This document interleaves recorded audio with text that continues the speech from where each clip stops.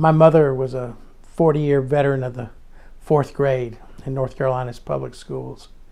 And she was my first teacher. She read to me when I was a little child. She read to me so much, so beautifully, that I could just escape into fields of the imagination.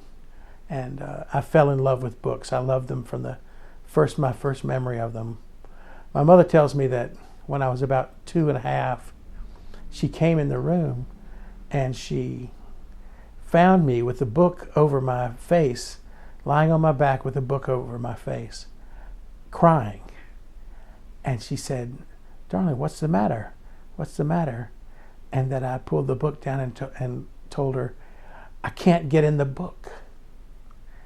And somehow she had read to me so beautifully and so much that I thought that I could take the book and go inside it and see these great worlds of the imaginations that her voice and her reading to me had evoked inside me.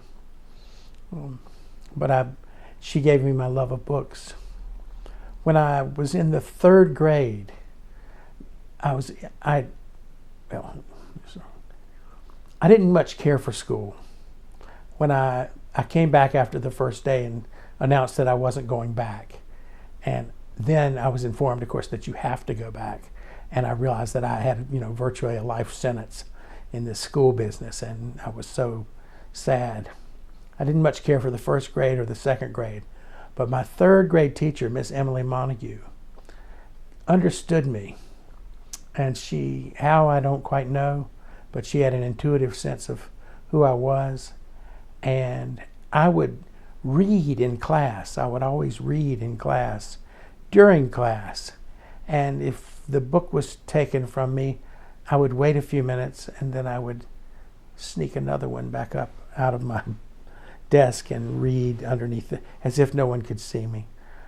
And she decided to let me go to the library during class.